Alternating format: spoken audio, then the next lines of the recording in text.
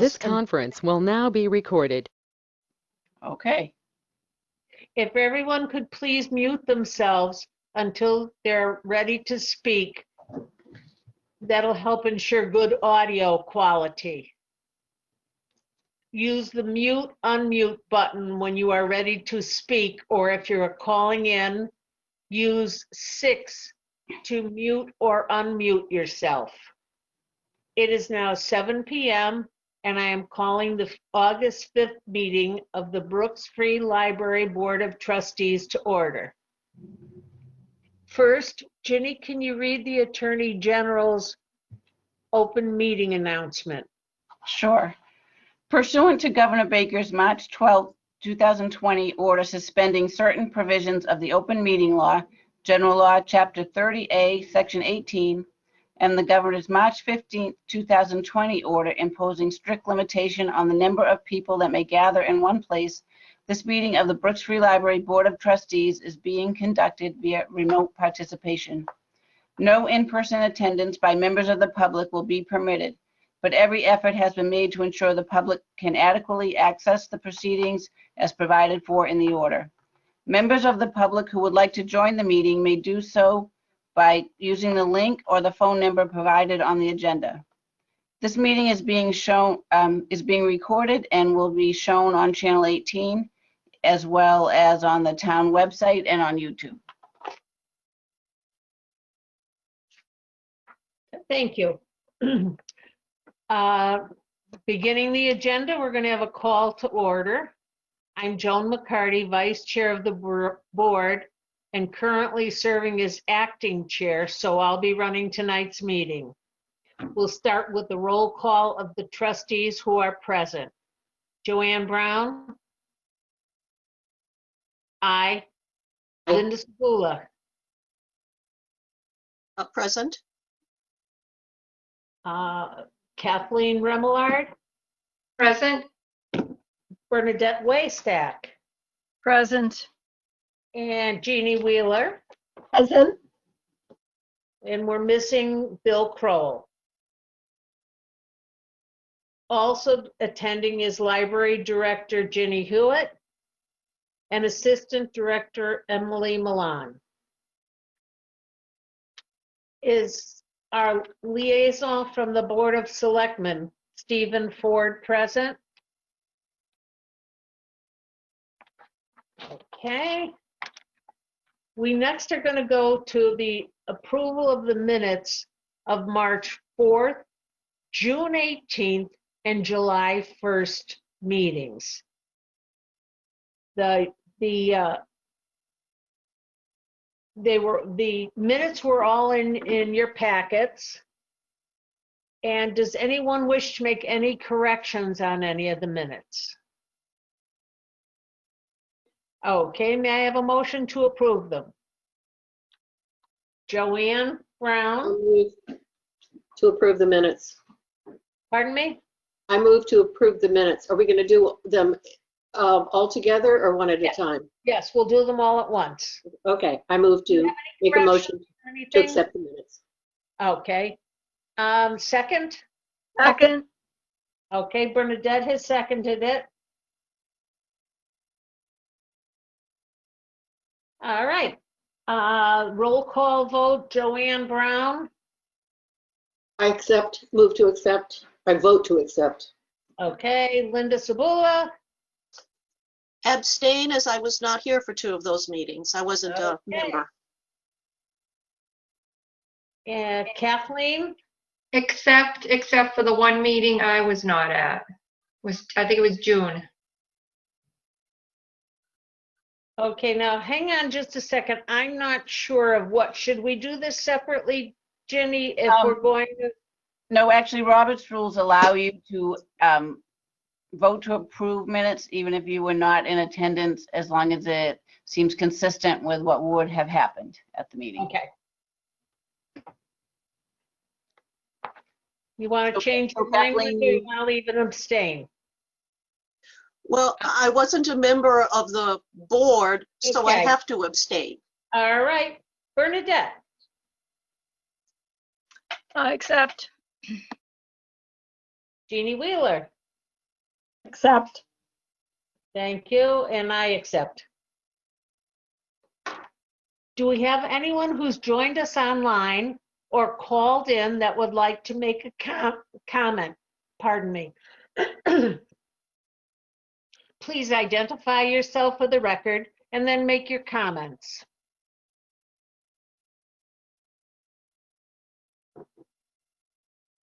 All right, I haven't gotten any notices here, so we'll go from there. The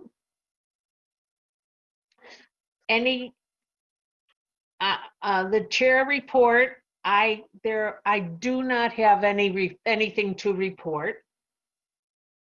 Library director. The library director's report was included in your packet. Does anyone have any questions or comments about Ginny's written report?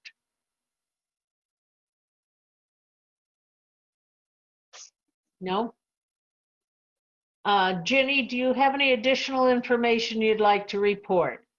Sure. I'd just like to point out for anyone watching this that our packet, the agenda and all the packet information are online on the town website, on the Board of Trustees page, and on the Brooks Free Library, on our homepage, which is brooksfreelibrary.org, and there's a trustees section, and that's where all the packets and reports are. So I'd just like to say we have continued to expand on the days and times of curbside pickup. This month, there's more information in Emily's report, but we have almost doubled the number of items checked out in July. And our final item circulation total was over 11,000 items, and we're doing probably a third to 50% more than other libraries of similar size in our, in our neighboring towns and throughout Clams. We're only doing 100 items fewer a day than one similar size library in Clams is the only one that's open, the only one of that size that's open on the Cape, and they only checked out 100 more items than we did. So I think that shows that we're providing a lot of availability for residents. Many of the libraries are offering reduced times, and that makes it harder for people to pick up. But also I think it shows that people are happy and they're happy with how we're running it, I guess, and we're still reaching a lot of people.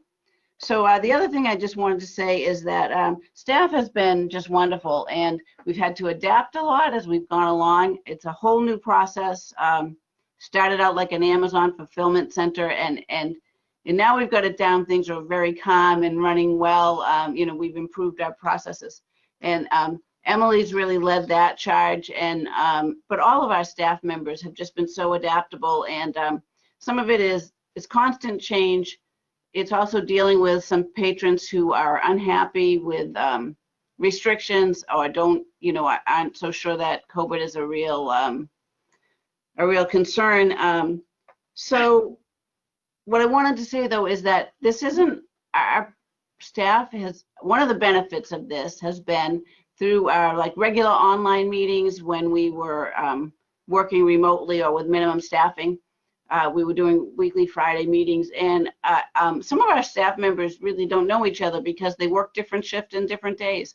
And I think it's really brought people together, and that's a huge plus. Yeah. I see a big benefit of that, and I think that's helping people adjust to the change. But I also want to say that's not the case in all the libraries. I know from relatives and who work in other libraries and friends that the circulation people are just getting dumped on and carrying the load of this. It's a high workload to do curbside pickup, and kind of monotonous. It's a lot of the same thing all the time without nice conversation with people happening, So and the circulation people are on their own in some places, and that's not the case. Like in particular, our youth services librarian has been really helping out in circulation, and so has our staff librarian, Suzanne Martell, and we need that. We need everybody, and so I just wanted to mention that. All the other subjects in my report are covered later on the agenda, so I'll save any comments for that. Wonderful, thank you very much. Are there any, Joan? yes, oh, I muted.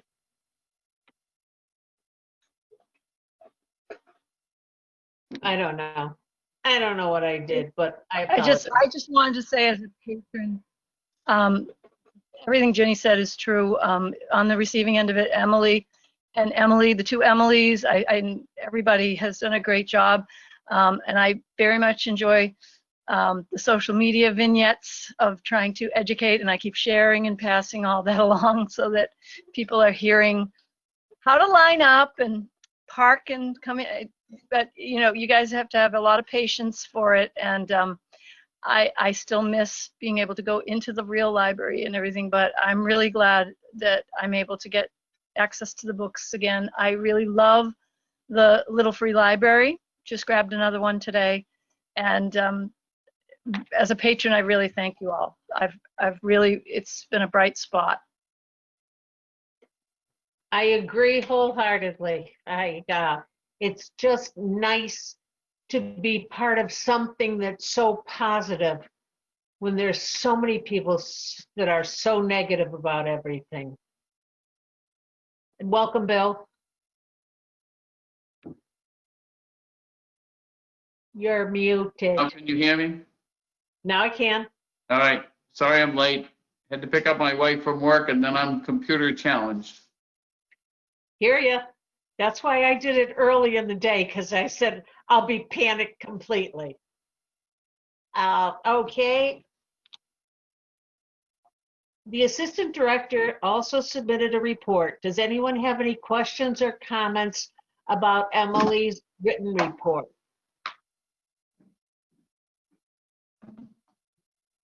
Emily, do you have any additional information you'd like to provide? Emily, oh, okay.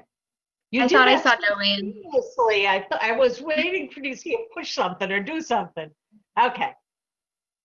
If anybody has any questions, I'm happy to answer them. Otherwise, I was just going to expand a little bit on the meeting that we had with the school district yesterday. Well, I just wanted to comment on what a great idea I thought it was about making the DVDs into a manageable mass by separating them. It's daunting when you stand there and look at all the DVDs.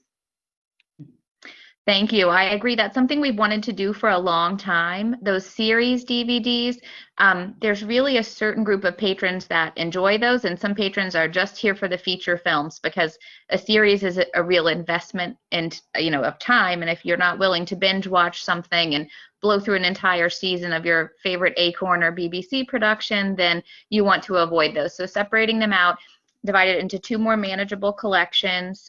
So we were really excited to accomplish that and complete that project because it had been in the works for a while. There's some back-end cataloging that has to be done, and then label changes, and then the actual physical move. So we were happy to be able to complete that. So I'm glad you approve. I'm thrilled. I'm thrilled because now I can look for series on the TV that I missed on the TV, and now they're all in one place because quite honestly, I go in looking for something and I get so involved in all the other titles I forget what I'm there for. Get a movie and leave.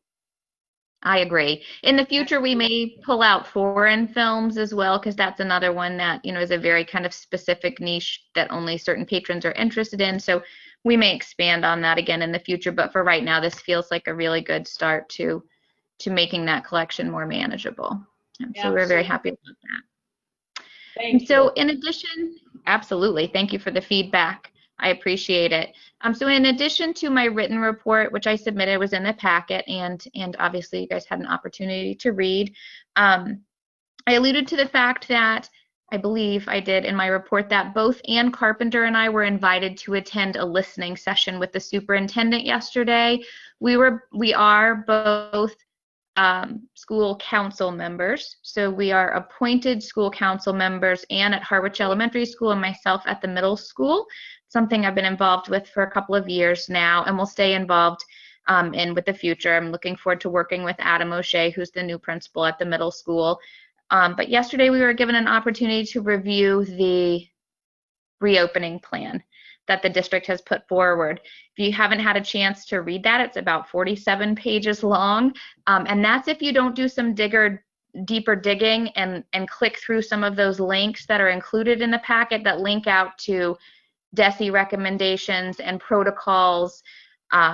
It's a lot of information. So Ann and I take our job as information professionals very seriously.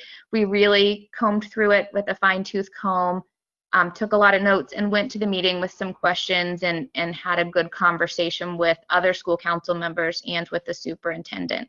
They're leading a parent meeting as we speak. Actually, they're probably going to be wrapping up in the next 15 to 45 minutes if they're lucky.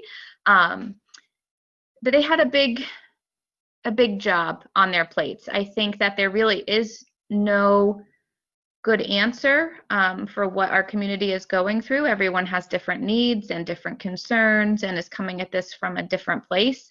I read something at the beginning of the shift to distance learning where another parent said, you know, we're all in the same storm, but we're not all in the same boat. And I thought that was a great analogy because every family has different needs. Every family has different resources at their disposal.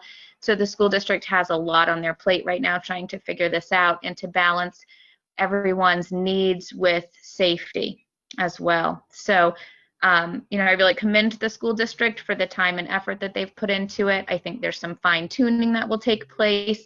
The final draft will be submitted to DESE on Monday.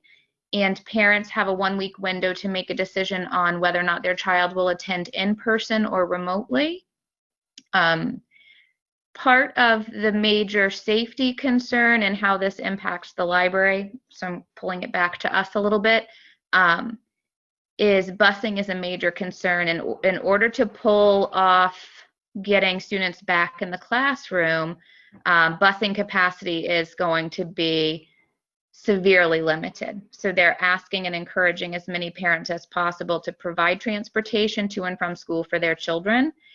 And also in order to limit exposure among different cohorts and in attempting to keep students in a smaller cluster so that their exposure is limited to just those other students in their classroom and their teachers, they aren't going to be doing before and after school, a lot of before and after school programming.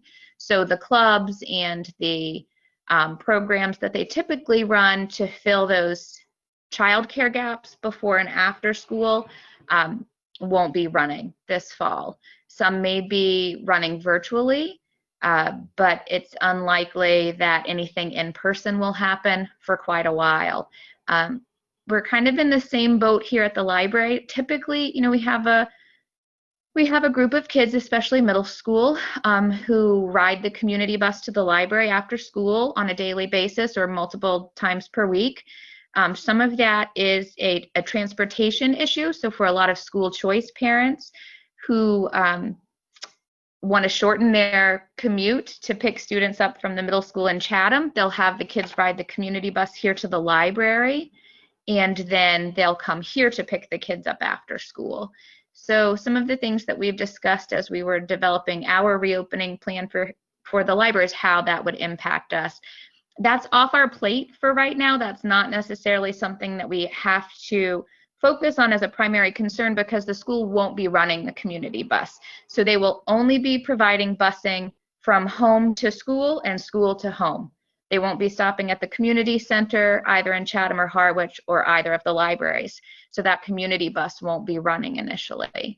So that's something that, you know, we have been mulling over how we could handle that as we deal with capacity issues and other concerns, especially since those children aren't in our custodial care based on our policies. They don't register for programming. We don't always have a count of who's here or a list per se of who's coming after school. And one of the really important pieces of returning to in-person learning is contact tracing. So in all classrooms, on the bus, I believe even in the outdoor classrooms from the conversation we had with Scott Carpenter yesterday, students will be sitting in assigned seating so that in the future, if there is a positive test result, they can do that contact tracing and know who is in the immediate vicinity of the student.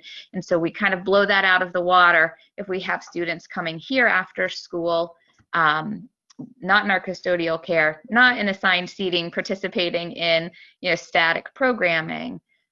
So those were some of the things that we've all, as a management team, been discussing over the last month or so as we move towards school resuming. So the school year has been pushed back until September the 14th. The start date is now September the 14th for students. Teachers are going back, I believe, at their regular time to spend those first two and a half weeks in planning and preparing for this major shift in how you operate as a school.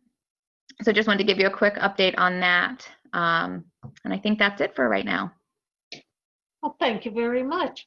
Does anyone else have any comments or questions or anything they'd like Emily to clear up for them? All right. If you'll just bear with me, our next subject is building and grounds. This committee is co-chaired by Joanne Brown and Jeannie Wheeler, and it's all yours. Thanks, Joan. So Joanne and I met with Jenny recently to review the plans and have a walkthrough of the project. The work the DPW will be doing to enclose several alcoves is necessary to provide separate workspace to meet occupancy standards under the governor's orders regarding the pandemic. In order to maintain social distance of the staff members, new workstations have had to be created for staff members who normally share work areas at the circulation desk. They're now working in what would normally be the public space of the library. In order to begin allowing patrons back in the building, we need to get those staff people off the public floor and back in the circulation staff work area. This will allow that to happen. DPW will also be installing acrylic panels at the public surface desk. In several areas, where commercially available panels will not work or would not be secure, DPW will be custom creating panels and building frames to secure them to some desks so that they can't be knocked over. This is especially important at the youth services desk where young children may inadvertently push against the panels. DPW staff members have ordered the materials and supplies and should begin construction soon. Most of the work for retrofitting the building will be paid for from CARES Act funds. DPW expects to have the work completed this month. This project goes a long way toward meeting the goals of the interior reconfiguration project we currently have on the capital plan.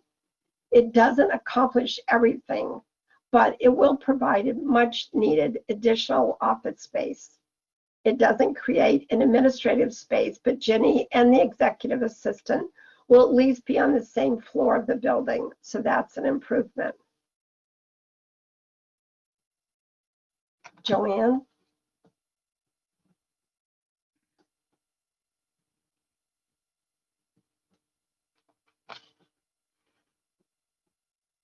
Joanne, do you have anything to add?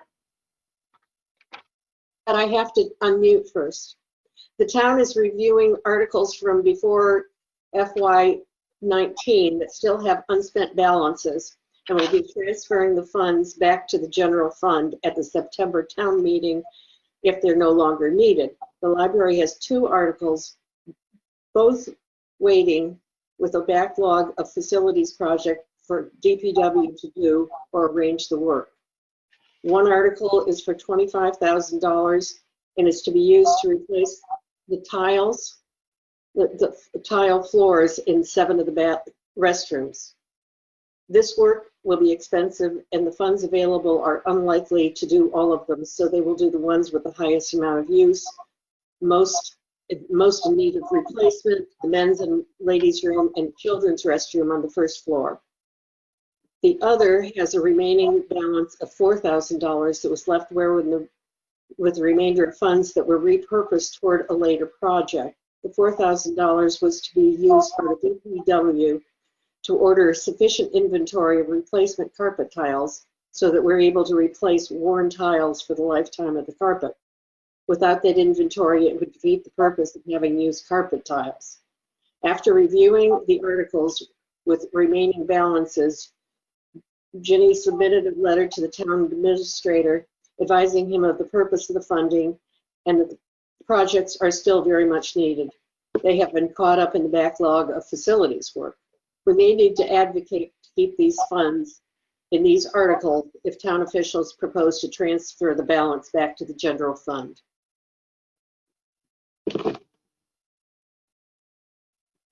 Okay, so that's building and grounds. Thank you. I'm never going to get used to this muting and unmuting. Does anyone else have any questions? I have a late breaking news. Cool. I had an email today that referred to, apparently DPW has put in for the building permit for this enclosing these 3 spaces to make office space. So that's good news because I hadn't heard that. I wasn't sure like if they haven't started yet and I wasn't really sure why that was. If it was just they were busy with other projects or what, but apparently they're waiting for the building permit now. So that's good news. It's in the process. I'm so surprised. I didn't know they'd have to have a building permit. You know, as part of the town, and I just didn't know that. Good. Keep up the, keep up the standard. It's wonderful. Okay. Our next subject is any report from the liaison from the Board of Selectmen, and Steve is not here this evening. And then we come to correspondence. We had no correspondence. Old business, the FY21 budget. Ginny, do you have any additional information to report? This is really old business. This is like the budget that never ends. It's like constantly being redone since like last November. But anyway, so all the department heads were asked to review the 21 budgets and identify additional reductions before the town really starts looking at reducing. There's going to need to be a lot of reductions before town meeting. So those responses were due at noon before your meeting today. So just for anyone watching, the current draft budget had already had a reduction for the library of $14,475. But since we're not operating as normal this year, there are some other reductions I could identify, and I submitted a letter to the town administrator and the finance director last night identifying what lines could be reduced, and I copied the trustees on that, so you should have received that. But so I was just going to talk just briefly about a couple of the changes, because normally I would wait to have you have met to discuss this. But one of the things that we could reduce was that we have 36 hours of library assistant a week for 9 weeks, just to give us extra help in the summer. Most of it's in July and August, but usually we have a week or 2 for June, the following year as summer starts gearing up. So obviously we haven't been using library assistants this year. We haven't been using the extra help during the curbside pickup phase. So that reduced the budget by $5,141. I also reduced the amount for staff meetings and professional development by $994. We based that on the hourly rate of all of our staff members and plus 2 circulation assistants, library assistants that are substitutes. So different ones coming, but so I eliminated them coming, and so only it'll be permanent part-time staff members and full-time staff members who will attend our staff meetings, and then the librarians will just have to relay information and provide training to our substitutes one-on-one as they're able to do so. Then we had 2 energy efficiency projects that were completed in January and February. And so I took a look, because now we have a little more history with that. So I looked at our gas and electric use. And for gas, I looked at our usage and costs for the months of January to March this year because that's the heaviest, heating season.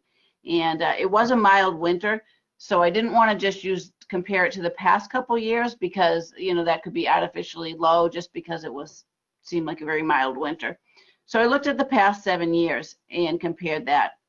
And we had already reduced the gas line by over $2,000 before the budget hearings in March. But after this review, I feel comfortable reducing it by another $1,000. Our use this year was 70% of the average use during that same time period of 7 years, and it was 63% of average costs. So I don't want to go too low, like gas prices may also change, and that would affect it. But I think there's enough. I think we should be good with that. But for electric, I'm not that comfortable making such a large reduction. We had already reduced that line close to $8,000 before the March budget hearings, based on this energy efficiency work coming up. It's hard to tell.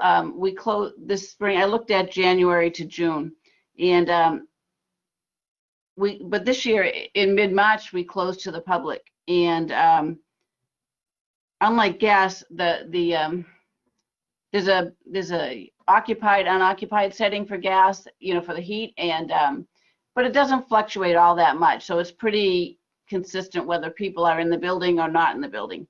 But that isn't the same for electric. There were several, I think 3 weeks where there was no staff allowed in the building at all, and then many other weeks where it was minimum staffing at one time, and we had no patrons here. So it's a little hard to judge how that will be. And the other thing is I also looked at, tried to compare to previous summers, because July and August is when we use the most electricity because of the air conditioning.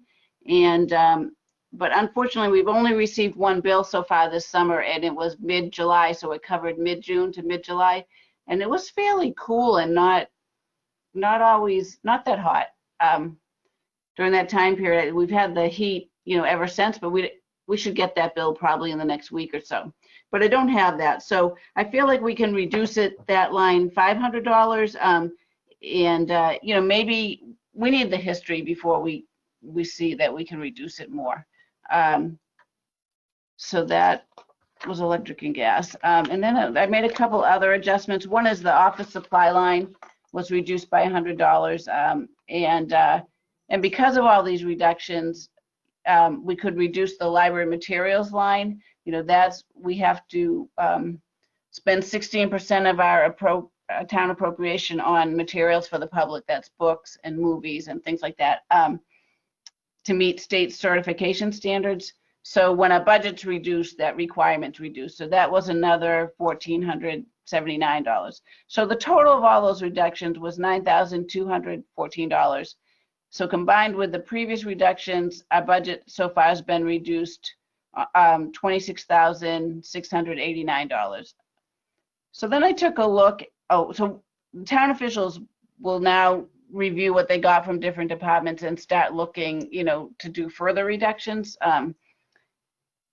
So that may not be all that we get cut, but I took a look at the municipal appropriation requirement for state certification standards. And with the second round of reductions, our budget's now $7,907 over the municipal appropriation requirement.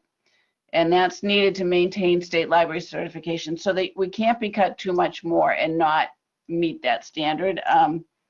There is a waiver process, but it's not a guarantee that a waiver would be approved. There's a statutory provision for a small number of waivers, and then depending on the language in the state budget, they can get additional waivers. And I don't think the state budget is going to be finalized till sometime much later this fall. So the Board of Library Commissioners isn't taking any action and giving no guidance on this. There's likely to be a large number of communities that would be seeking waivers, and it's unclear how the Board of Library Commissioners would handle that. For one, that's normally a time they might be lenient, when financial times are hard. But on the other hand, they may be trying to prevent libraries from being disproportionately cut, and so they will, try to hold the line with a small number of waivers. So we should try to meet that standard if we can. there's ramifications if the town loses its certification, which I think, you probably all know. But one of the big things is other libraries are not required to lend to your patrons. So that means if you go to another library in person, they don't have to lend you materials, or they could charge you to have a library card there and get and borrow items. They also don't have to send things through interlibrary loan for our patrons, and that would be a huge loss for people because they really do rely on that service and depend on it quite a bit.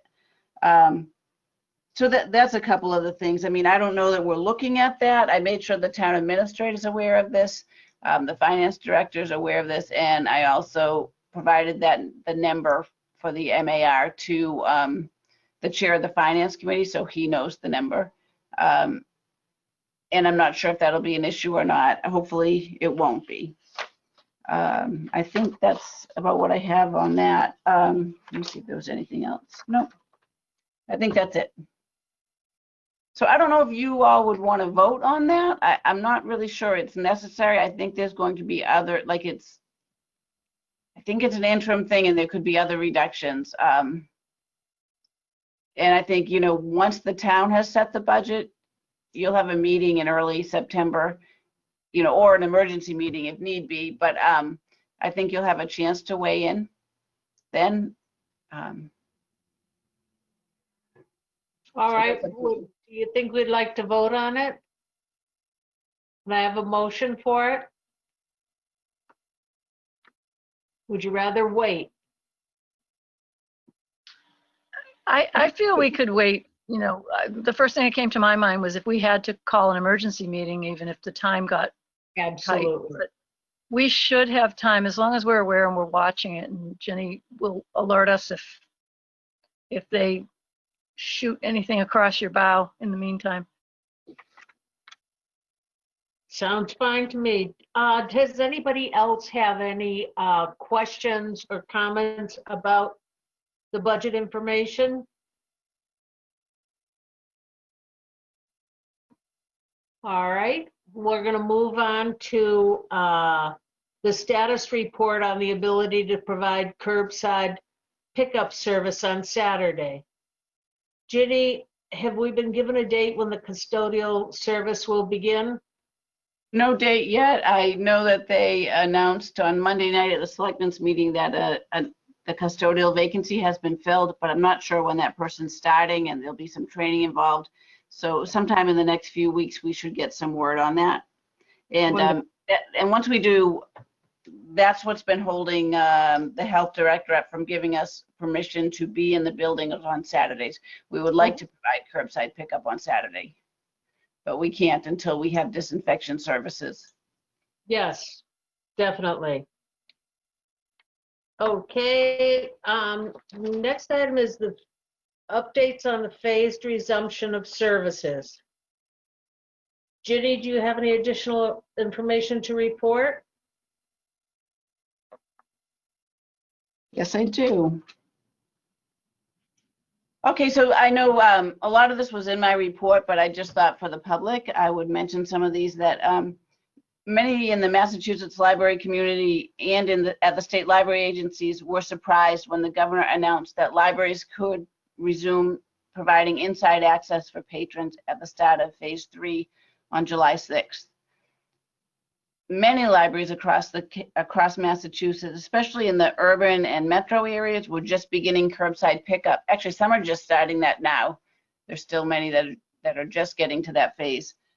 So not too many have begun allowing inside access in the past month, and those that have are really offering greatly reduced numbers of patrons at one time, usually significantly less than what the governor's standard would allow.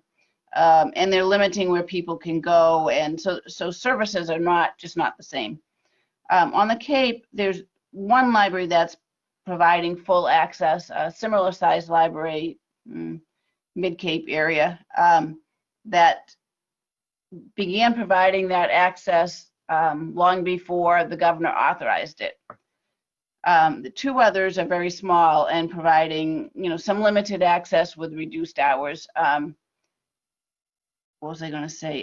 There's the governor provided sector-specific guidance for libraries in the reopening plan, but some of it contradicts data from library professional studies on the safety of library materials. And in other cases, they ignored input provided by the Mass Board of Library Commissioners. So the MBLC is seeking clarification, and they'll give us new, guidance when they have it. In the meantime, they've urged libraries to proceed cautiously and not to open to the public until all necessary safeguards and procedures are in place. So locally, we've been trying to figure out what to do. So since your last meeting, I organized and we held 2 meetings with the directors of the Lower Cape Library, so Eastham, Orleans, Chatham, Brewster, and Dennis Public Library. And none are offering in-person access now, and they're unlikely to offer until September at the earliest. And this is consistent with the 4 Outer Cape libraries, what they're doing. Eastham is a member of both groups. So it's always difficult for us to manage. It's double or triple the volume of activity in the summer, and it's always difficult to manage patron behavior, and our resources are stretched very thin. And so the feeling is it would be just that much more of a challenge to do that in COVID, and still observe all the restrictions. So one of the other good things that's come out of the pandemic is this Lower Cape Libraries meeting has proved very useful, and we plan to continue it regularly. Here locally, some of our concerns, we've spent a lot of time researching what other libraries are doing. And as I've mentioned before, curbside pickup is really an all hands on deck operation. To allow inside access requires dismantling, like at least for that day, this fulfillment center that we have going on, which basically takes up a large area of the first floor. If we had to clear that out, it would be difficult. We can't do both curbside pickup and inside access at the same time for space reasons and because of manpower. So when we begin offering inside access, we expect to do that several days a week and then offer curbside pickup the other days. And that would strike a nice balance. One concern of staff members is that because occupancy would be so limited, that we would, in effect, might be reducing the amount of patrons that we could serve on the days that people could come in. And that's probably not something we want to do. We also want to make sure that patrons feel safe borrowing from us, in that we're aware that many patrons may not feel comfortable once the stacks are fully open for browsing. Right now, they know that limited number of people have touched any materials, just one staff person and possibly a second one, but not the general public. Another concern is changing conditions in the community with the uptick in the number of cases. And it's just going in the wrong direction. Today, the state announced 438 new cases in Massachusetts, and that is a very large increase from recent weeks. I think the high a few weeks ago was, there were some days I remember seeing 70. It was definitely under 200, and now to have it consistently going up is not a good trend. So the governor is talking about rolling back to phase 2, which for libraries means no inside access, except if you have to do like a curbside pickup inside, but no browsing of the stacks and no, going anywhere else in the building.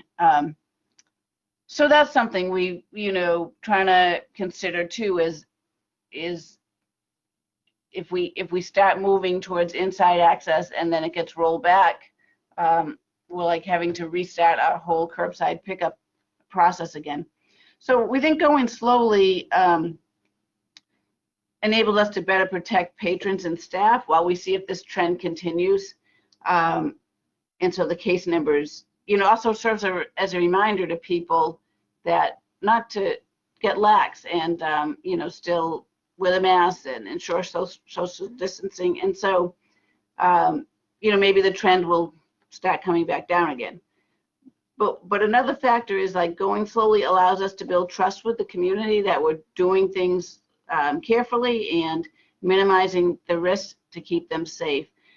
That's something that we worry about a lot, is doing otherwise would mean decreased use over the longer term if people didn't feel it was safe to borrow from the library. And, which is why I worry about some of the libraries that open too soon or that were doing curbside pickup during the shutdown when it was, prohibited by the governor's order. It's only takes one case to really get people questioning whether they can safely borrow from the library, and we don't want that. So anyway, at your last meeting, I reported that a plan to provide limited access, when we start, would be the first floor except for the children's room. And we would bring out materials from the children's room so families and young children could pick out books, to go home.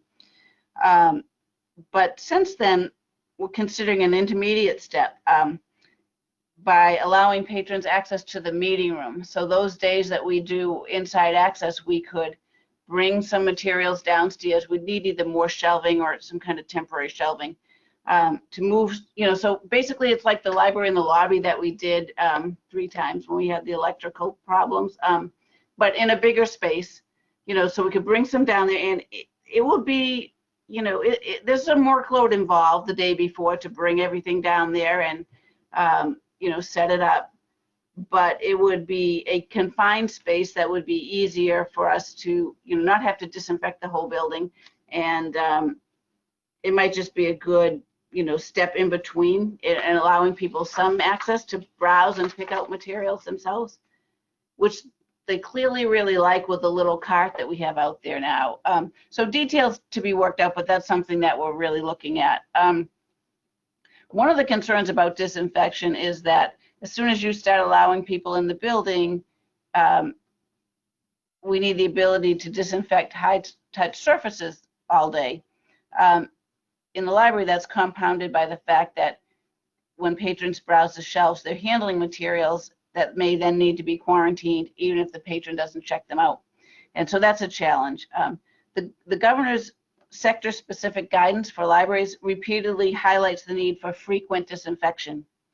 Actual state requirements, however, for workplaces are that they be disinfected once per day. I don't think that's the standard that our patrons would expect. I think they would assume it's more than once a day, but the town doesn't have the resources to provide that. In fact, the town hasn't been fully staffed for custodians in several months. They've just filled the one vacancy, and once that person gets working, the current custodial schedules will be modified. A number of buildings in town have never had custodial service. And one of the governor's requirements for any workplace, not even if you're dealing with the public, just to be a workplace to be open, is that it has to be disinfected every day. So the library has 35 hours of custodial service right now, Monday to Friday. The new schedule is still to be determined, but while we'll have cleaning and disinfection service every day we're open, including Saturdays, there will be a reduction in the total hours of custodial service the building receives. So it might be 3 or 4 hours per day. We'll have to see how that works out, what the cut is. There's not really anything we can do about that. That's just a reality of the town not having enough custodial staffing, even when fully staffed. There were issues before the pandemic, and now the demands on the custodial staff time has greatly increased. So we're not any different than other buildings may see a similar reduction in their custodial hours. I know currently the community center used to have one every hour they were open, and I believe they only have one till 2 or 3 o'clock right now. So that's going to affect what meetings they can have later in the day. It's just kind of the reality of what we're dealing with. And the other thing really what we need to think about is the retrofitting of the building and the building modifications that we talked about. And that's something we're waiting on. It'll be difficult to have people in the building on the first floor until we get those rooms built, and then we can move people around, and the people that are currently working the public space can come back into the staff areas. So that's pretty much what we're thinking right now.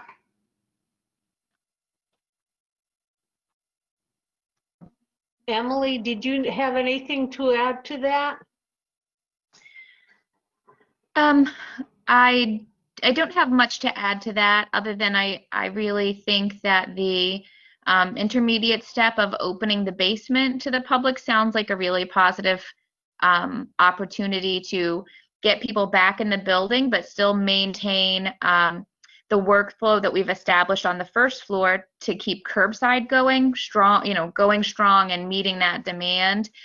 Jenny mentioned that we have had multiple meetings with some of the other Lower Cape libraries, and right now we're able to offer curbside every hour that we are traditionally open to the public, from 10 to 7 Monday through Thursday, 10 to 4 on Friday, with the exception of Saturday due to the custodial issues, obviously. But that's pretty impressive compared to how things could be going.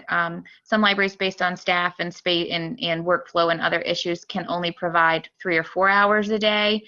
So I think we've really developed a strong, robust curbside, and I would hate to see that go by the wayside, especially for those patrons who are currently going through cancer treatment, don't feel safe coming into the building, have other concerns. Like Jenny said, we really want to maintain that trust with our patrons, and we want to make sure that we're doing things safely. So I really like this intermediary step of opening the basement. We've done library in the lobby before. The staff is really good at managing that. It allows us, again, to isolate patrons coming in the building to one area and maintain what our current operations on the other floors. So I think it's a great step, and I'm really happy and excited to explore that in a little bit more depth and determine how we can make that happen. I want to apologize if I'm having to turn my camera off now and then. I'm having some bandwidth issues, and GoToMeeting keeps suggesting turning the camera off as a way to eliminate that. So when you guys start to freeze and stutter, I'm turning my camera off so I can hear you. I apologize. Wondered what you were doing, flashing in and out. Okay, does anybody else have any feelings about this, any suggestions or any ideas? I think the basement idea is wonderful, primarily because if we set up this wonderful pick up the books outside, why play with that? Let's have that stay the way it is. Let the employees that are working so well to keep this effective keep continuing what they're doing, and let the people that feel that they can't live without coming into the library go downstairs. Does anybody else have anything? Bernadette? Yes, Bernadette. I would agree with that, Joan. I think need to be guided by, first and foremost, safety for all staff as well as patrons, and the maximum amount of people that can be served. So if that means continuing with curbside because it's now a well-oiled machine, and that if trying to shift to something else cuts back on that and doubles the workload for the staff, as well as potentially opening everyone to another level of unsafety. I'm not saying it does, but safety of all concerned and maximum amount of patrons served is probably the thing to guide how we do it. Thank you very much. Keep on forgetting. Anybody else? Does anybody have anything? Yes, Joanne. Unmute. I want to say that I'm reluctant to open things very fast because of all the concerns that you've had.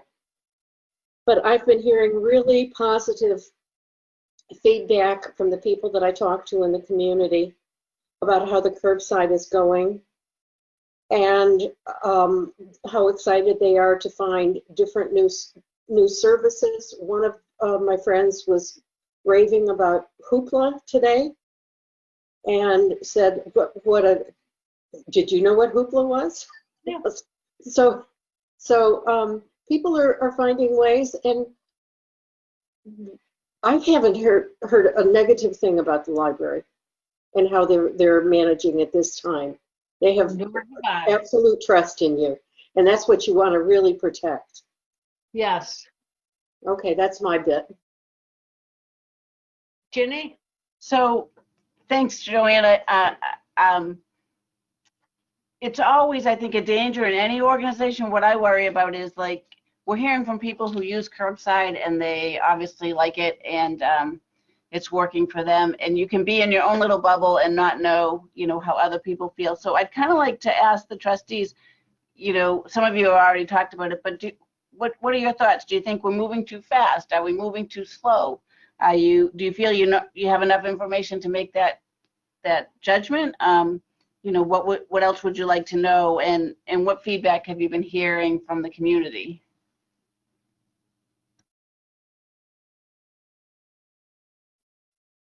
Anybody? Jeannie? I agree with all of you. I personally don't want to get things started back to normal before we're all ready. I think that Ginny and Emily and the rest of the staff are doing an amazing job keeping the patrons safe, as well as the staff and the employees at the library. And I feel that I kind of have to put my trust in them when they feel it's right to do a little bit more in opening things up, because I don't feel they'll do it too soon. So I think the curbside is very successful. And what's that expression for right now? If it ain't broke, don't fix it. So for right now, I think the curbside is a great option. I agree. Kathleen? I just wanted to say that I don't think you're moving too slow. I operate on abundance of caution in my own life. We are so careful, and I appreciate that the library is extremely careful so that we can still get books. And because the curbside is so successful and they have it so well organized and they have so many hours and it gives out a lot of opportunity to get books, I hope that you stick with it until you're absolutely sure having people in the library won't endanger the staff. I agree. Oh, that's. Thank you, Kathleen. You're welcome. Bill? Oh, okay. Yes, thanks. I'm not entirely clear what's going on in the basement.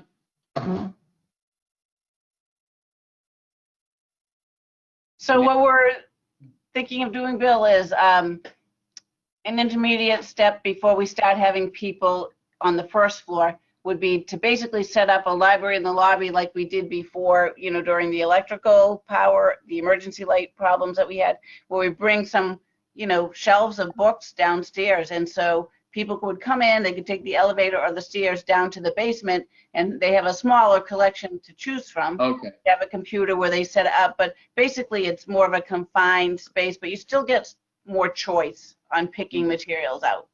All right. Now, that leads into my second question, which is, what are we going to do with curbside when it gets colder? What's the plan? November comes. Doesn't really affect it, Bill, because we don't have staff outside. Staff members don't stay outside. And is that area, that entry area, warm enough for them? Go ahead, Emily. Emily? So right now, thank you. So right now, the tables are set up just outside of the door, so no one's actually coming into the interior lobby. But what patrons are doing is they're parking, they're approaching the table, they're grabbing their things, and they're heading to their car. So it's a really quick transaction. It's essentially the same exposure to the elements as walking into the building if you were coming in to browse and then walking back out to your car. So inclement weather, if it were snowing, sleeting, hailing, luckily we've had a drought this summer, so we haven't had to deal with rain and thunderstorms and a lot of wind for the most part. So we've been really lucky in that regard. So I think even into the early fall, curbside would still be manageable outside. In the dead cold of winter, again, it's the same as a patron walking into the building. I hope for everyone's sake that we're not still in this position in December, but What I'm thinking is that we use the basement as our transition so that when it does get rainy and snowy, that folks might be able to come into the basement to pick things up. That's all. yeah, I think the basement's a great option, like you said, for that transition. And staff has done the library and the lobby before. This actually would be a little bit easier than library and the lobby because it's not as confined of a space. We have a little bit more space. So our capacity based on the governor's, square foot capacity guidelines would be much bigger in the basement than it would be if we just opened to the lobby. Also, better air circulation and that sort of thing. So I think the basement's a great option. As Jenny mentioned, we've talked about bringing like targeted areas of the collection down, new fiction, new nonfiction. So all of those, bestsellers, new titles that are really hot and people are looking for, and the selection of children's materials and DVDs, that sort of thing. So I think it's a good option. It can work because a long time ago, when we were renovating, doing the major renovation 25 years ago, whenever it was, we had the library at Angelo's, which is now Shaw's, and that worked just in a office front. So it can work. Linda. How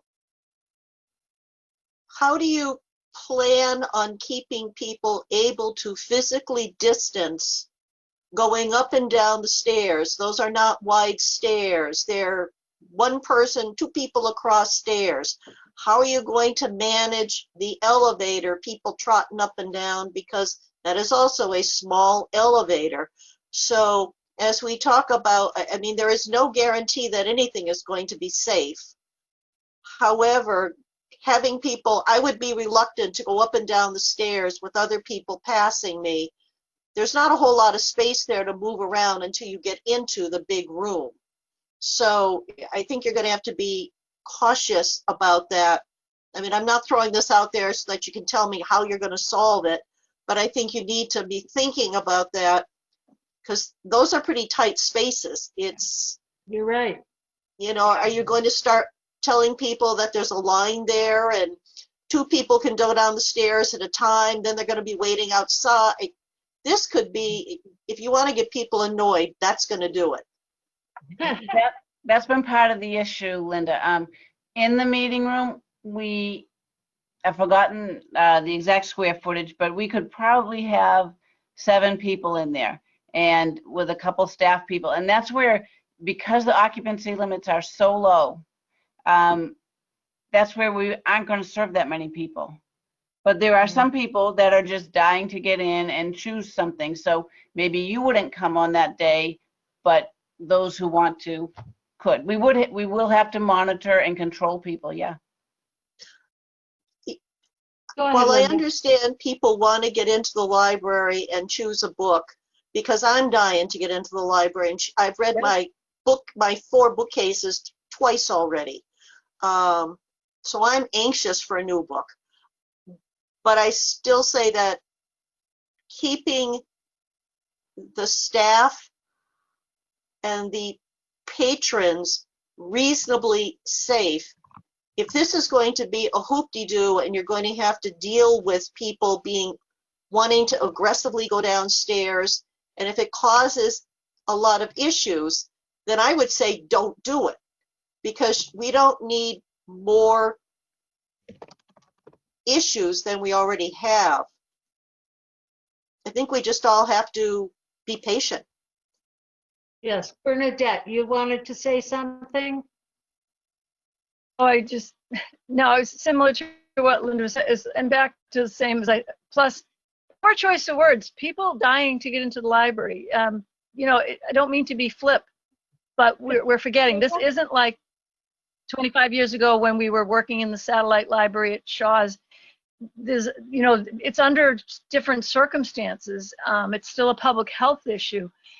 So as Linda just reiterated, and I had said before, you got to be driven by safety of all first, and then the maximum amount of people that can be served. And curbside is very different than if you're going to outside dine. You know, I'm very worried about our community businesses and our friends and neighbors who have struggled to keep themselves going with that. And that's going to go away when the weather gets cold and inclement. But as Emily said, curbside, if you haven't tried it, is, you know, it's not the same as getting to browse the stacks, but it's also, you know, a great in between. You can look at home at what's in the catalog. You can ask for it. It comes in, and it's a real quick in and out of your car, hopefully following the lines and the traffic there. And exactly what Linda said, you know, could you do a one-way thing where you go down by the staircase, you come up by the elevator? But no, not if you're not able to manage stairs, then you need the elevator. And that you are, like everyone, going to find that you have an extremely small amount of people you can serve at once. And then we've got staff who has to start policing. Have you got your mask on? Please put a mask on. You know, please wait to go down the stairs. And I don't think we want them to have the police. Yes. People, you know? But it's exactly what I think Jeannie or Joanne said. I trust you guys. You know better than us. I don't think any of us think you're moving too slow. And we have full confidence in you to do what you need to do in the best manner to keep everyone safe and served as best we can under these situations. Jeannie. No, I'm good now. Oh, okay. Emily? Can I just add two things really quickly? If you're like me and this keeps you up at night sometimes and you think of other concerns, feel free to email them to me. We have a running list. The stairs and the elevator are on it, but I would love to hear other things that you think of. That's really helpful. And also, we do great readers advisory. So if you can't find things in the catalog that you want, this is for you guys and for the public. Call us. Tell us your reading interest. I will put together or have one of the staff members put together a grab bag of things for you to pick up. And you might be surprised. You might find a new author that you hadn't read before that you really like. So I had to put in that little plug. Staff have really been enjoying that piece of it because they miss the interaction with the public. We do. We miss our people. We had, daily visits from a lot of our regulars, at least weekly visits from a lot of our regulars, and this has been hard for them. They miss chatting with their people. They worry about our regulars that we have these really strong connections with. So they've really been enjoying getting to do something different. We've been trying to focus. We have a little accomplishments page, and like we write down our little wins. When there's a positive thing that happens, we record it. So it helps us get through some of the harder times. But one of those is helping people find new authors, putting together grab bags or mystery bags for families. And we'll get calls from families saying, I have a second grader, a fourth grader, and an eighth grader. And she will put together 2 or 3 bags of materials for them to pick up through curbside. So honestly, you don't have to know what you're looking for. It's not going to be a substitute for browsing and flipping through and reading that inside cover of a book to see if you're interested, but we'll do the best we can, and we enjoy the challenge. So. Wonderful. Thank you, Emily. Anybody else? Ginny, did you have something you wanted to say? Nope, that's exactly what I was going to say. Okay. We'd be happy to help people find titles, or, pick out 10 picture books for a child, or 3 mysteries, or, whatever people want. I think that some people are reluctant to call because they think that they're bothering us. And as Emily said, the staff loves that. Otherwise, it's pretty routine work, and this is our public contact, and they like it. The other day, I know, actually I wasn't a reader's advisory, but it was just so nice. I picked up the phone, and it was a young girl who was scheduling. It seemed like it was a young girl. So I said, do you already have items on hold? I thought maybe she didn't get how it worked. And she said, oh no, I have some things. So I looked, I find her items on the hold shelf. She had 25 items. She's one of our heaviest users, and she loves the library. And so, I know that was a day that I spent doing a lot of the checking materials in and things like that. And it was really nice to have that just short little conversation with her just really picked me up because she was just so darling, and maybe a future librarian there. No, you could never tell. Yeah, or a teacher, Bernadette. Huh. Okay, anybody else? Okay. I'm sorry, could I say one other thing? I really appreciate the discussion and the feedback, because I know about a month ago, I started feeling like we're going to start getting some pressure to do this. And I wasn't really sure. The not meeting in person also makes it difficult. It's hard to know. I wanted to make sure that you all felt this way, that, and so I appreciate the feedback. Really, and anytime, call us with feedback on anything. Don't have to wait for a meeting either. Yes, and I do want to say that I agree with everybody else with their statements about there's no rush. I know people would like it, people would like to go to restaurants, and people would like to do a whole lot of things that they can't do. But our staff is far more important than having somebody take care of a desire they have. Yeah. I want to put the health up there at the top, because we don't want to do that to anybody. Do I have anything from anybody else? I feel like an auctioneer. All right. And we're going to go to new business now. We have the reorganization of the board. It's time to reorganize the board. The following positions need to be filled: chair, vice chair, treasurer, secretary, buildings and grounds. Do I have any motions? Yes, Jeannie. And Vice Chair, I nominate Joanne Brad for Chair. Okay, I'm not sure what you just said. I nominate Joanne. Joanne Brown for Chair, I got. Yes. Okay, thank you. I appreciate it. Anybody else? Kathleen? I just want a second. Wonderful. And second is, you know what we're going to do? We're going to do it as one whole, we can do it as a slate unless there's any problem with that. Does anybody have a problem if we go through, get all the names, and then do it once, and then we won't have to, and when they write the notes for the meeting, it won't have to be the same things, 7 names every time. Let's give Emily a break, okay? Vice Chair.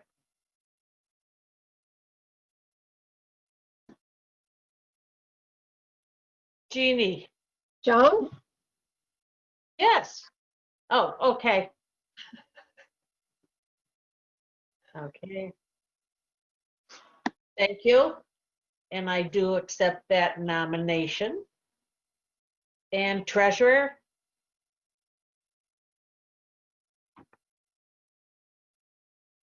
I can't say anything, so you guys got to step up here. I can't make any recommendations. Yes, Emily. Did I hear a second? Did I hear a second for the nomination? We're going to do it as a whole board, Emily. So you'll only have to put down yes, yes, yes for each person one time for all the different things, okay? That makes sense to you? Ginny wrote it more concisely. There can be one slate of officers with one vote. If they're a separate motion, each one will need a separate roll call vote. Okay, so we're going to go for one slate unless we have a problem with it. Yes, Ginny? I was just saying one vote. Yes. One roll call.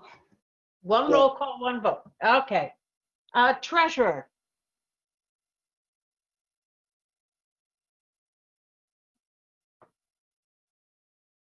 Come on, guys, I gotta help. Oh, Joanne. No, I'm holding up my head. Oh, okay. Well, your light's on, so I thought you were gonna. Oh, no, I'm holding up my head. Could somebody please make a nomination? Jeannie Wheeler.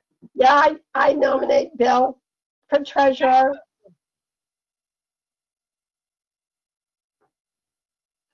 Okay, thank you very much. If nominated, I will not run.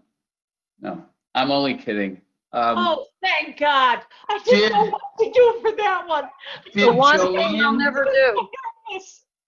did Joanne indicate, is Joanne agreeable to being chairperson? I am. Okay. Then I'm agreeable to being treasurer then. Thank you. Secretary? Joan, Yes, Bernadette. I'm willing to nominate myself unless somebody else wants it. Okay, fine. Sounds wonderful. Thank you. Happy to serve.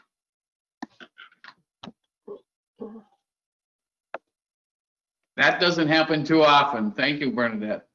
Yes. It's happened to me all the time. So I'm surprised I only have to come in as secretary. That's good.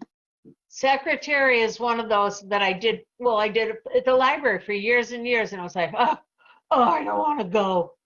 Yeah. All right, and our last thing is building and grounds. I'll do it again. Thank you, Jeannie. It's fun. Joanne, were you going to say anything? Were you going to I was ask somebody else if they wanted to I do was it? going to push the buildings and grounds because I think it's a great committee. All right, let me just, You have to work with Jeannie. Thank you. Joan, didn't we have two people on the buildings and grounds? So, We did, have but when I first started on building and grounds 9 years ago or something, 8 years ago, I missed that meeting. I had been on the board 1 month and I was nominated in building and grounds and I had no idea what building and grounds even was. And so for the first several years, I was, excuse me, my own building and grounds. And then after Mary took over as chair, Joanne joined with me as co-chair. can Joanne continue if she's chairperson? I'm I- sorry. I'm sorry. Bernadette, do you know? I'm unsure about that. I know, you know, Well, chairs why can don't- put forth a motion in a meeting. That's the only thing I know. I think she could, but if we're overburdening Does she need two to? other members that could participate and maybe learn a new position. Possible. I kind of thought that if Jeannie took it on her own, if she needed help, she's coming to the meeting, she could certainly speak up and say, I need somebody to come on with me for this. Absolutely. I mean, I did it for with 6 years, so, we can see how it goes. Yeah. I'm sorry, when I was last on the board, we didn't have any standing committees. So. This one's a real good one. Those two got us through some really tough times. You're right. 4 years. As a tag team, I think it helped to have, hopefully we won't have those kind of issues, but I think it helped to have two of them. Well, and even before Joanne was co-chair, when she was chair, she and I worked really great together with me on building grounds and Joanne on chair. So we can still work together, even though she's chair building. Yep. Good. Good. Yep, sounds good. All right, the offices that we have just discussed are the chair, Joanne Brown, vice chair is Joan McCarty, treasurer Bill Kroll, secretary Bernadette Waystack, building and grounds Jeannie Wheeler. Now, can we have somebody to make a motion for that slate of officers? I move that slate. Thank you. Second. Thank you.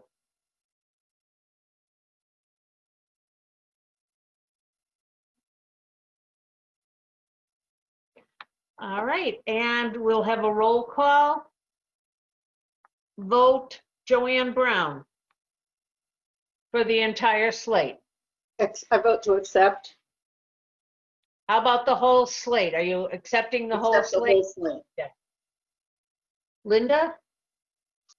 I vote to accept the slate. Bill? I Crowell? vote to accept the slate. Kathleen Remillard? I vote to accept the slate. Bernadette Waystack? I vote to accept the slate. Jeannie Wheeler? I vote to accept the slate. And I vote to accept the slate. So there you have it, folks. All right, acceptance, donations. We recently received a donation of $400 from the Sitkin Family Foundation through Cornell University Foundation. Can I have a motion to accept? I make a motion to accept. Thank you, Joanne. I second. Second. Thank you, Jeannie. Excuse me. You got to have another roll call vote for it. Can we have Joanne? discussion? Can we have discussion on that? I vote to accept the donation. Linda? I vote to accept the donation. Bill? Yes, what I was trying to say is that I'm a Cornell alum and Mr. Sitkin does that, or that Sitkin Foundation does that every year, and it's really good. You're right, it is. It's wonderful. I vote in favor. I know him, and he's a good guy. Aha. I didn't want to have bad money. Kathleen Remillard. I vote to accept the donation. Thank you, Bernadette. Vote to accept. Jeannie? I vote to accept. All right. All right, now we're just zooming forward. Draft trustees statement regarding pandemic and public health, natural disasters, and other emergencies. We received that in our packets. Ginny, Okay, do you so have anything to say yeah. about it? I do. I didn't call this a policy because I'm not sure it's a policy. It's more of an understanding. This is the way we're operating, and I just thought it might be helpful to document that this is okay with you. And I think also, you know, for different town officials, it may be good for them to know that, you know, I have this authority from the trustees. It is consistent with how we're operating, the trustee bylaws, the town charter, my job description, but I just thought it might be useful. Some circumstances may sometimes necessitate deviating from an established policy, and the board may be unable to meet, which, you know, is what happened to us this the spring.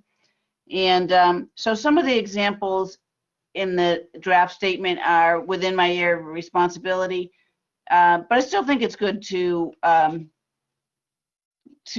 document it, and that any modifications would be brought back to you at the next meeting. I just want to go over a couple of the examples so that people know what we're talking about.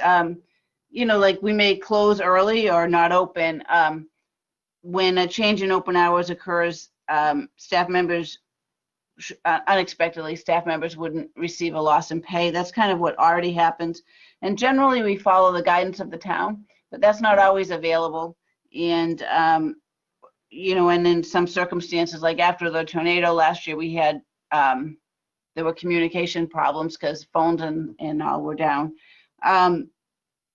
So I have previously been delegated the authority to close the library. I'm actually not so sure when that was. It was many moons ago, 8 or 10 years ago, perhaps longer. So it's a matter of going through all the records to find it. It's kind of part of my job as the library director anyway, in that the trustees aren't involved in day-to-day. You know, normally I would talk to the chairperson if it's snowing or whatever, that kind of thing. So there's usually some notice. But what was I going to say? Some of the other things, maybe reducing public access to areas of the library, canceling programs, whether they're library or sometimes it might be outside group meetings. One of the things I was thinking that could come up, you know, and this would be later this fall if we are allowed to do this, but under the meeting room policy, non-library users of the meeting room are charged a custodial fee just on days we aren't open, which is Sunday, because someone has to come in and, you know, turn off the alarms and open up for them, turn on the heat and the lights. On a day that we're open, the alarm comes on automatically at the end of their meeting, so no one has to stay for an evening meeting, for example. And so there's no custodial charge. They normally set up and clean up after themselves.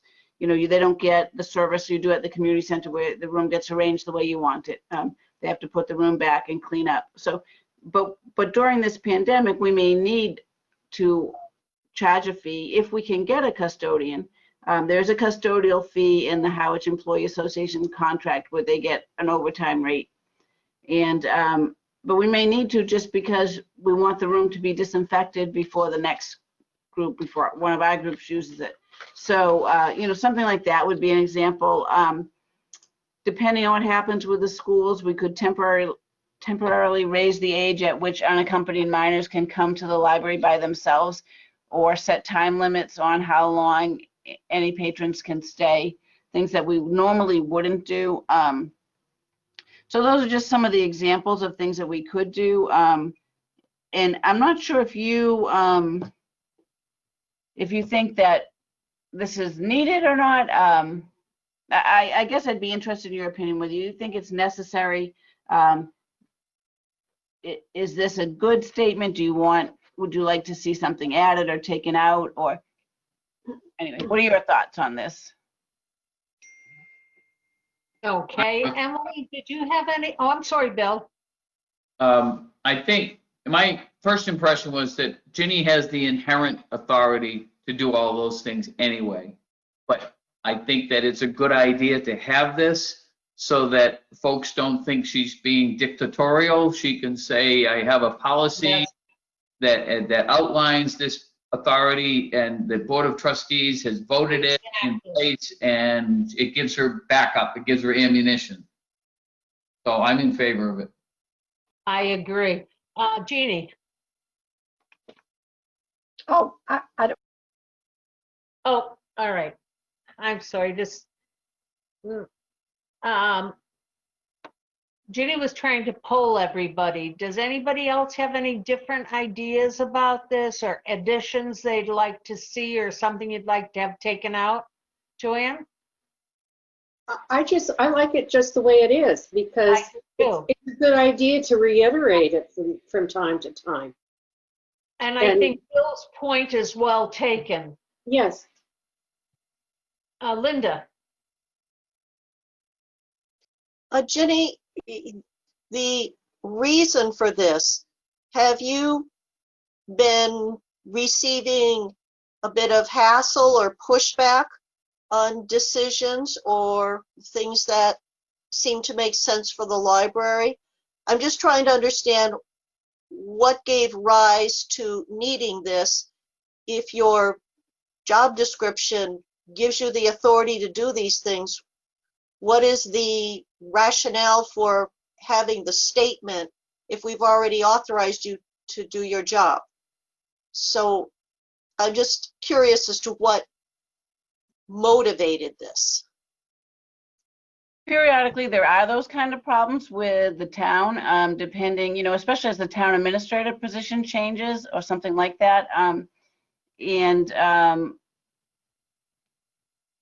It's just, our policies we have set policies, and they may differ from other town policies, and occasionally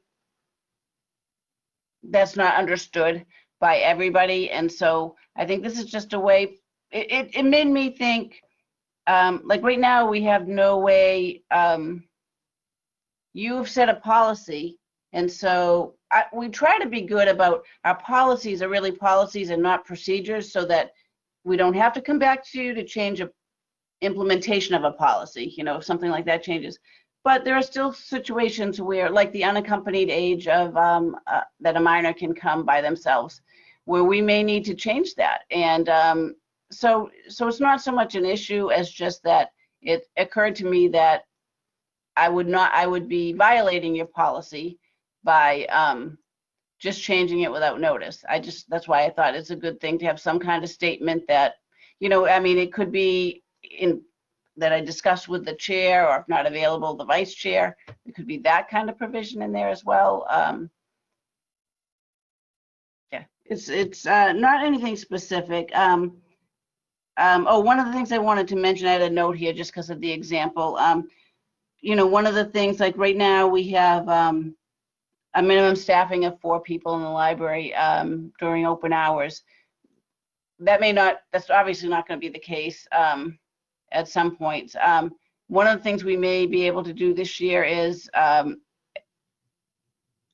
we're looking at reduced staffing too, that say we're open someday instead of till 7, we're open till 5 for in-house access, and then from 5 to 7 it's curbside pickup, and then we only need 2 people.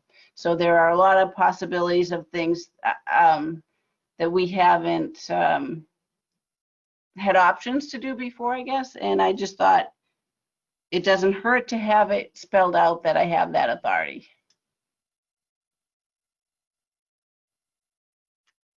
Linda, there have been times in the past where the town administrator has decided that he should be the one doing something that Ginny is doing, or that as a board we are doing. So if we have it in writing, it just reinforces, Ginny can at least stop it at that level and say, this is what we've done, or this is what I've been authorized to do. And then they need to come to us instead of going to her for any problem with the decision. Thanks, Joan, and thanks, Jenny. I was looking more for were there any current, because I'm well aware of some stress points in the past. And I was just looking to see if there was anything currently bubbling up from the bottom of the pit. That's all. That's what I was looking for. Not at all. We have to follow, you know, we're under, I mean, this is an emergency declaration right now for the state. I'm not really sure if the town has declared, I don't believe the town's declared an emergency, but pretty much we're functioning that way where the health director has control. Not looking to buck that at all. You know, we're going to follow the health director, or if it was some other kind of emergency, we're going to follow the emergency management director and the town administrator's guidance for sure. It's just that sometimes it comes up, you know, maybe it's weather closings or things like that, where often what happens is there used to be, there have been occasions in the past where town hall closes at 4, or a lot of storms happen on a Friday afternoon when they closed at noon. And so we may make a decision to close, whereas the community center doesn't have a board of trustees that's delegated that authority, and so they're waiting to hear from the town, and it's after hours and they don't hear from anybody. So I think it's just good to have it. It's fine. I don't have a problem with it. I was just trying to understand if there was anything current that was starting to raise hackles on either side. No, not at all. Not at all. Everything's I'm going done. really well. I'm good. I just thought it was a good idea. It just made me thinking about, we spent a lot of time thinking about what's going to happen in the fall. And some of this has been taken care of by school decisions and the busing and stuff, but doesn't mean it won't come up later in the year. I just thought, you know, it's a long time to wait. Some libraries I know were very concerned when schools were closing down and some libraries were still open, that they were going to be overrun with unattended kids that were here for 8 hours a day, you know, being used as childcare. And I don't know that would be the case, but I think, you know, if something like that did happen, it might be 3 weeks until the board meets, and, you know, we might want to change our policy. I don't expect that would be a problem here anyway, but that was a concern in some areas. So anyway, just all this discussion about the schools and what happened just made me think, gee, I don't know I don't know how you all feel. I want to make sure that you don't feel I'm overstepping my bounds either. Do you know what I mean? Like, just, it would be nice to have it in writing so everybody understands how it's going to work. Joanne? I want to say that the only pushback that I've heard about is people not wanting to wear masks or people being defiant about masks. And actually, that's something we have guidance from the town, which is to follow the governor's order. The first exemption in the governor's order says you have difficulty breathing with a mask on. Well, that's everybody, right? So, and you're not allowed to, you're not required to provide proof. So it was, on different library professional sites, there's been guidance, libraries reporting guidance from their town council about as the building owner, you can require a mask, and it does not violate ADA. You do not have to provide an accommodation because this involves other people's health, so that trumps the ADA. However, we would be providing an accommodation of curbside pickup or the Friends, the Books on Wheels program. So, but I've seen no guidance from the town requiring that in the buildings that have public access now. And that may be something where we deviate from the town to say, yep, that's a requirement here. Because the difference is people spend time here. They open up books as they're looking through the stacks and breathing on them, which isn't the same as when you go to file a document at town hall. You do that and you leave, and there's not all these materials that you're touching and possibly contaminating or whatever. So that could be an issue, in the near term where we would differ. I think, that's something, I actually discussed this with our health director, and she said, oh yeah, she agreed. So she was aware that it didn't conflict with ADA, but I don't know that like the community center, I don't know what they're doing, or if you go into the harbor master's office, if they require it. There's not a standard town policy yet. Bernadette? Yeah, you're right, not a standard town policy yet. I can just speak to the cultural center. They opened that on the predication that we have to. I mean, if I'm in my studio, I take my mask down. But if I walk out into the hall, to the restroom, anywhere in the building, we have to maintain social distance. We have hand washing stations, hand sanitizer, and we have to be masked up. No one else is allowed in, no members of the public. Good. So even just us, when we're there, we are masked. When we are in any common areas, we are maintaining social distance. And we all have to have that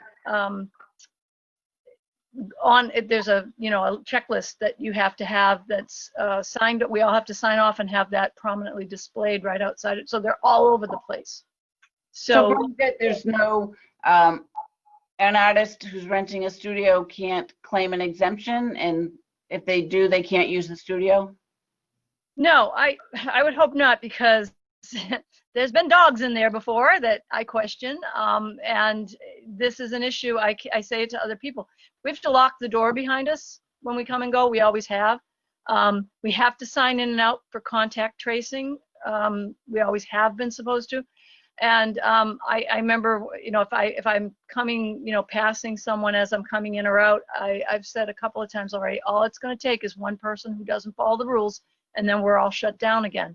But so far it's going well, because, if you're not well enough to come in there masked up, you're not well enough to come in and work, is my feeling. And I can't imagine there have to be any kind of accommodations made for somebody. If you're sharing a studio, that could be more of an issue. I'm by myself. The people who share would probably have to work things out, but basically, that's the only other area of town that I can speak to, and not back to school for a few weeks, so I don't know, but I imagine, same thing there. Mm-hmm. Bill? I want to make a motion then to adopt the statement regarding pandemics and public health, natural disasters, and other emergencies for Brooks Free Library dated July 30th, 2020 as written. Thank Second. you. Bernadette. If you could just raise your hand or do something to me, because I don't know who says it after they say it. Okay, I got Bernadette. And we'll do a roll call. Joanne Brown? I vote to accept. Okay, Linda? Vote to accept. Bill? Vote to You accept. made the motion, so I'm sure you're going to accept. I And do. I vote to accept. Kathleen? Vote to accept. Bernadette? Vote to accept. And Jeannie Wheeler? Vote to accept. Wonderful. Okay, we're nearing the end here, folks. Dinner is waiting. Trustees report and requests for next meeting. I'd like to poll the trustees to see if you have any reports or comments or feedback from yourself or the community members about anything we haven't discussed. Are there any issues you would like to be on the agenda or to receive a report on at our next meeting? Jeannie?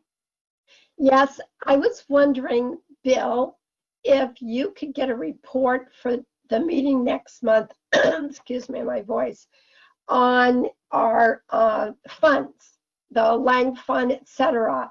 Because we usually talk about this in the summer, and I haven't heard much about it. And with the market the way it is, as well as the fact that we don't use those for the day-to-day operations, perhaps next month you could have a report and we could talk about how things are with the funds. Bill, how does that, oh, good. I can try to do that from our financial people. I could invite somebody to give the report as they have done in the past. They usually come to the meeting. If you wanted them to join the meeting, they could give a better report than I could. Is that what you're looking for, Jeannie? Either one, just, we haven't talked about it, to my knowledge, in a while. And it would just, to me, we should know what's going on, I think.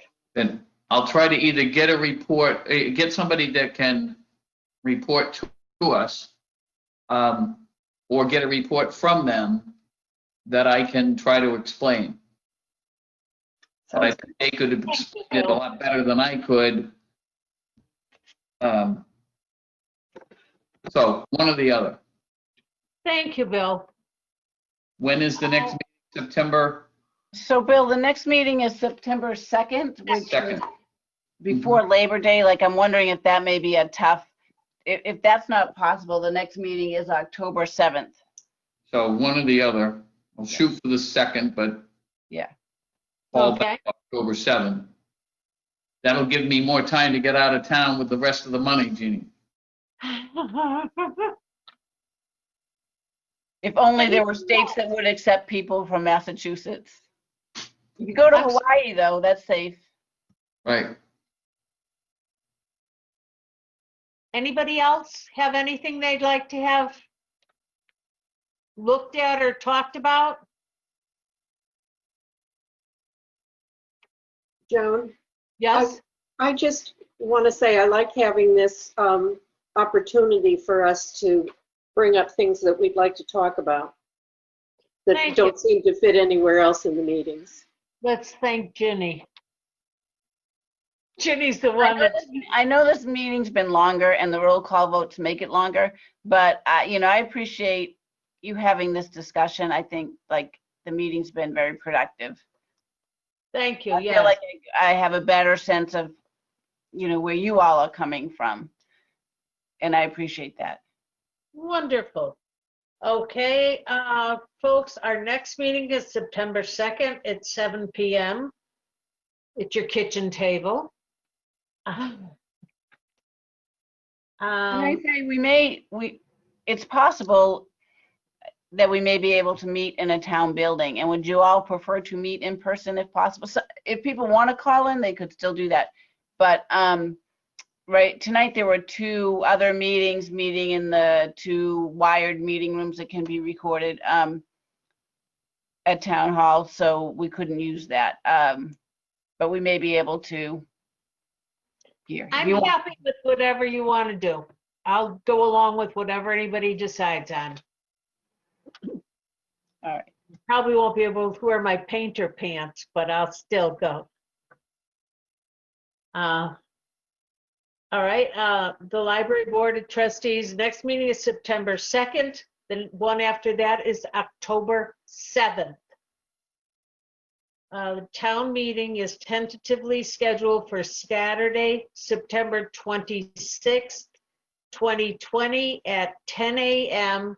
at the Monomoy Regional High School Football Stadium with a rain date of Sunday, September 27th. May I have a motion to adjourn? I'm looking for hands here. Bill, 2 hands. Motion to adjourn, Bill Crowell, a second. Second, It's And Jean- Kroll, Madam Vice Chairman. I move to adjourn. Thank you. And we have to do a roll call again. Joanne, I'm for adjourning. I'm for it. Linda, Agreed. Bill, Definitely. I'm saying yes. Kathleen, Yes. Bernadette, Yes. Jeannie Wheeler. yes. Okay, it is 8:48 and we're adjourning the meeting. Joan, I think you did a great job the last 2 meetings. Thank you. And I think it was a great meeting tonight. Yes. Thank you, Yep, Mary. Thank you very much. Thank you. See you I all. really appreciate it. And Ginny, a cheat sheet is just the most wonderful way to go. By the way, I forgot to mention, if any of you want to come into the building and see what we're doing, you're more than welcome. And some of the, Bernadette, I don't think you ever got keys to the building. This No. past year, and No, I Linda, was if you supposed to want get them some- again. some people said no before, but if you want keys to the building, let me know. I'll just show you how to use them and get you the passcode for the alarm. Yeah, I only had them before, I thought, because I was chair and I used to open for other groups and stuff. Yeah, that's right. Yeah, so, I mean, happy to take them if you want me to have it set, but I don't feel I need them. Okay. But if you want to come in and see the operation behind the scenes anytime, I mean, this is your building too. You're, more than staff, you're managing it. So, Whoa. more than welcome. Oh, no, you guys are managing. I love power. Yeah. Yes. All Is right. it That's one- all this power, huh? All right, One Joanne? last thing, now that we've reorganized, Megan will be in touch next week to make sure she has everyone's updated contact information, and then she'll distribute a trustee contact form. Great. So Thank you'll have you. that. Okay, great. Thank you. Much. And that'll save me from calling Zelda again. Yeah, so actually, if you have a cell phone, even if you don't normally give it out, if you give it to us, it would be helpful for, canceled meetings, that kind of thing. Last minute, no quorums. It's I do All right. realize that we adjourned the meeting, but we've continued on talking about business. Maybe we need to, I'm filing a violation. Okay, do that. Bye. See you later, bye. Good I'm night. stopping the recording. Good Hey, night. everybody, thank you. Bye.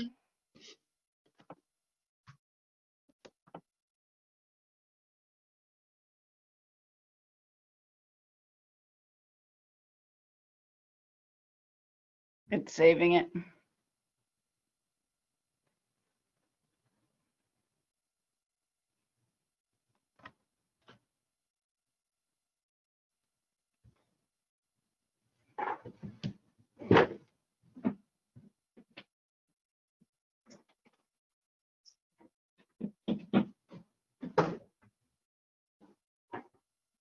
Jesus, it's taking so long.